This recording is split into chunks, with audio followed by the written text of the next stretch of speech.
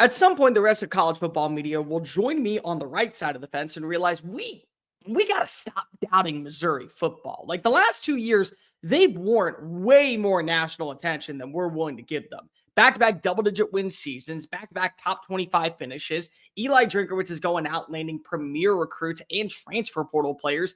And it feels like, once again, here we go into 2025, not giving the Tigers their due credit. And they may end up being the surprise team like Tennessee was last year. But to do that, they're going to have these three bold predictions come true out in Como. So let's break it all down. Welcome on into SEC Unfiltered. It's Cole Thompson here. Mizzou Nation, you love me. I know you love this channel. So go ahead and hit subscribe. Tell your friends, your family, mortal enemies, best of bros about it. Because we talk Mizzou, we talk college football every single day. Download the podcast version of the show wherever you get your podcast listening systems. Follow us on our social media channels at Mr. Cole Thompson and at SEC Unfiltered. And check out all of our great work found at secunfiltered.com. And as always, we're proudly fueled by our friends over at FANDUEL. Go to FANDUEL.com/SECU. Join in the madness today. Go ahead and lay down some cash, whether it be on Kevin Coleman, Ahmad Hardy, Bo Pabula to win the Heisman Trophy. Hit the over on the win totals for 2025 to shut up the national pundits. Whatever you want, go lay down $5. Win that bet. You're going to get $250 in bonus bets at sign up. So sign up today at FANDUEL.com/SECU.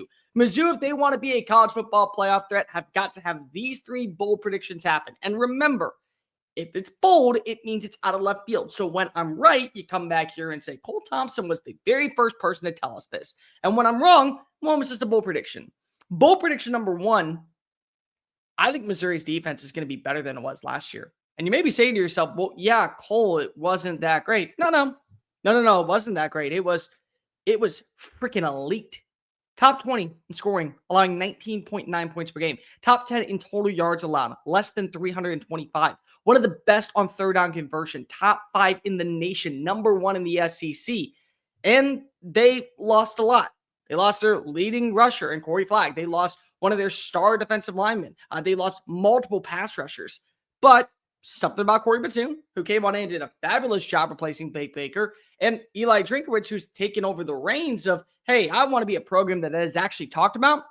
They did some damage in the offseason. They landed one of the best linebackers, for my opinion, available in Josiah Trotter from West Virginia. They landed Damon Wilson to play that joker role that's going to be a great pass rusher from the University of Georgia. They got better on the back end, especially at the free safety spot with Jalen Catalon, who has SEC experience. They also were able to keep on some guys like Nate Johnson. They brought in Braylon Henderson. They also brought in Santana Banner. And they still have some very solid players from that top 20 defense a season ago. Yeah, they're going to be missing some guys on the edge, but they still have Zion Young. They still have Chris McClellan. They still have Tristan Newsome. They still have Dre Norwood. They still have multiple guys that you can buy stock into, including Toriano Pride, who I think is going to have a very solid season this year out in Como. And I look at this defense and I say, they have an identity. And the best part about this unit is there are players that know what Corey Batoon wants. So they're setting the tone in practice. When a guy like Damon Wilson comes on in from Georgia, yeah, he's a high-profile figure, but he doesn't know what the atmosphere is like at Faurot Field on a game day. He doesn't understand what the intensity takes for you to make sure that you have landed in the right spot before you ever go ahead and strap on up. So I look at that and I say, you got a good overall balance of character. Newcomers and a bunch of returning production. And Corey Batoon did a hell of a job last year with a lot of new names that had to break on into what was the expectations out in Como. You got 6 games early on in the season, all at home, to really set the tone, build that identity, create a foundation, and use that as your backbone. And if they can do that, this is going to be probably the reason why we are talking about Missouri going into the month of November of, hey, don't look now. Tigers have 1 loss. Don't look now. Tigers, man, look at where they're going. Top 15 in the SEC, in the AP rankings. Top 15 in the college football playoff rankings. It's possible. It really is. You want to sleep on Missouri? Do it on the offense. I can understand that. Defensively, I think they're going to be fine. But I don't think you want to sleep entirely on the offense because of bold prediction number 2. I believe Ahmad Hardy, the running back transfer from ULM, is going to lead the SEC in rushing. And I'm going to go a step further, but we're going to wait for that bold prediction. So Ahmad Hardy last year, undersized, not really the biggest name when he was coming out of high school, 5'10" from Mississippi, doesn't get a lot of offers. Well, you do what you do. to get into football. You play for a small school. And he proceeded to have one of the greatest freshman seasons at the group of 5 level, over 1,300 rushing yards, 13 touchdowns on the ground. Not to mention, he also averaged 9.2 yards per play as a receiving threat. And the Warhawks' identity was kind of predicated around him. Well, what do we know about an offense led by Kirby Moore? They like to run the football. Cody Schrader, with 11 wins, was the backbone of that team. Last season, 2 G5 running backs, including Marcus Carroll and Nate Noel, had to come on in and be the difference to kind of counteract what was going on with Brady Cook.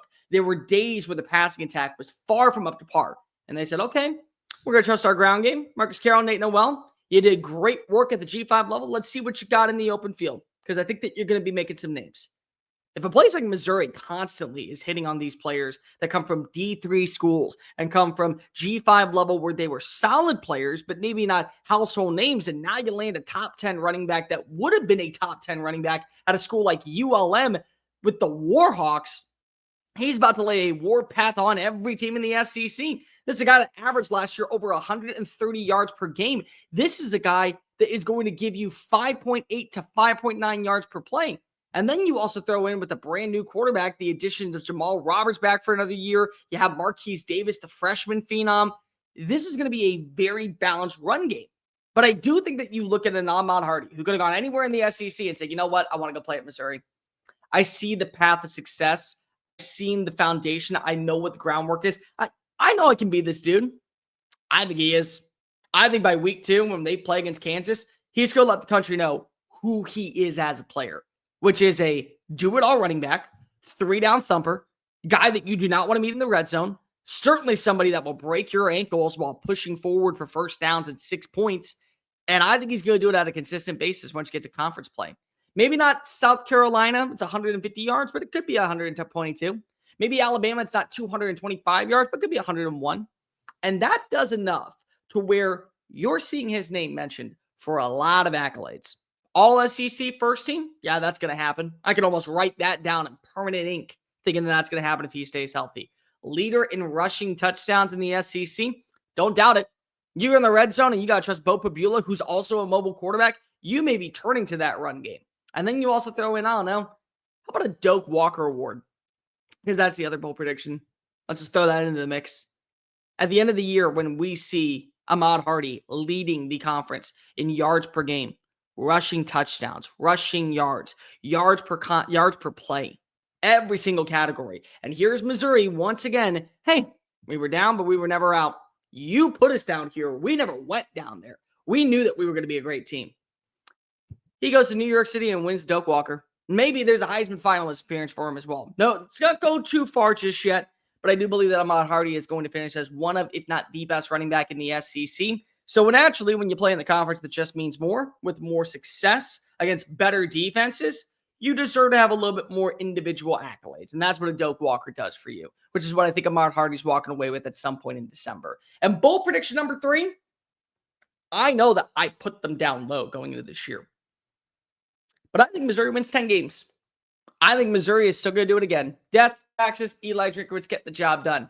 The rest of America wants to doubt Missouri, and that's totally understandable. It's fine. New quarterback in Bo Pabula. Don't know how he's going to fit in Kirby Moore's system. A couple new offensive linemen. No more Armand Membo. No more Marcus Bryant.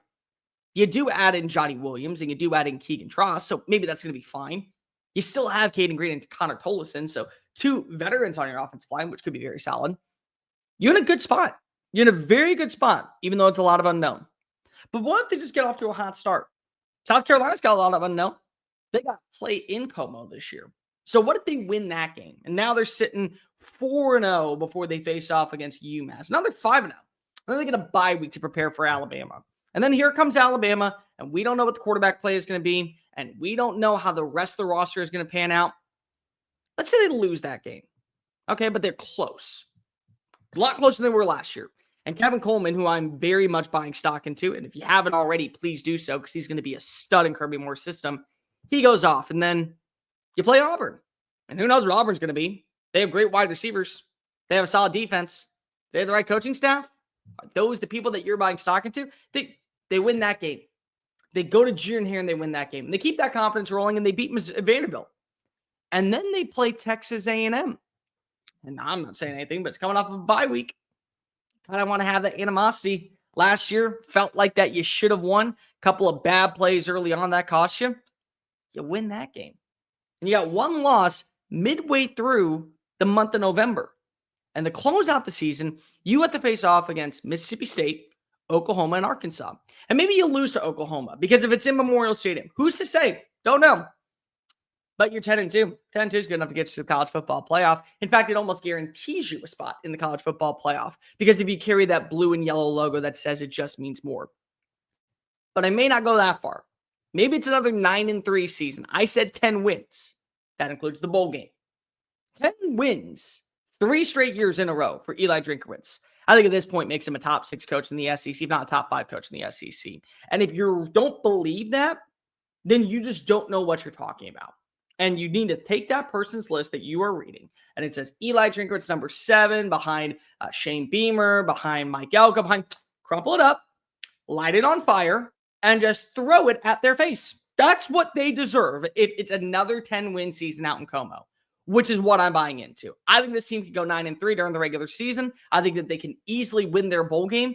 3 straight years of double-digit victories for Eli Drinkwitz. What's not to love about him being the guy? In fact, if I'm a Missouri booster, what I'd feel for at this point is that someone else is going to make him an offer that he can't refuse. So we better go ahead and back up the Brinks trucks to make sure that he is locked in for the long term. Because eventually Missouri is going to find its way into the college football playoff. And if you're 9-3, depending on who you beat and depending on what the final scores are in those losses, you may have the best resume out there to say, hey, don't look now.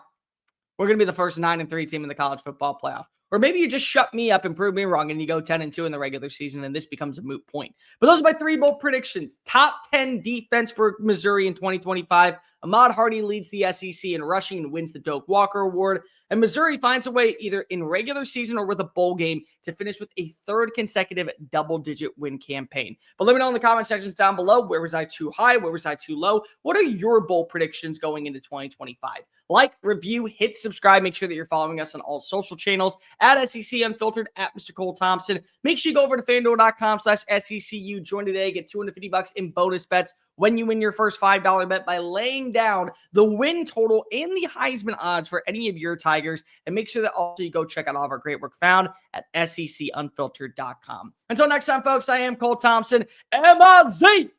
I promise you, you're only getting started. Bye.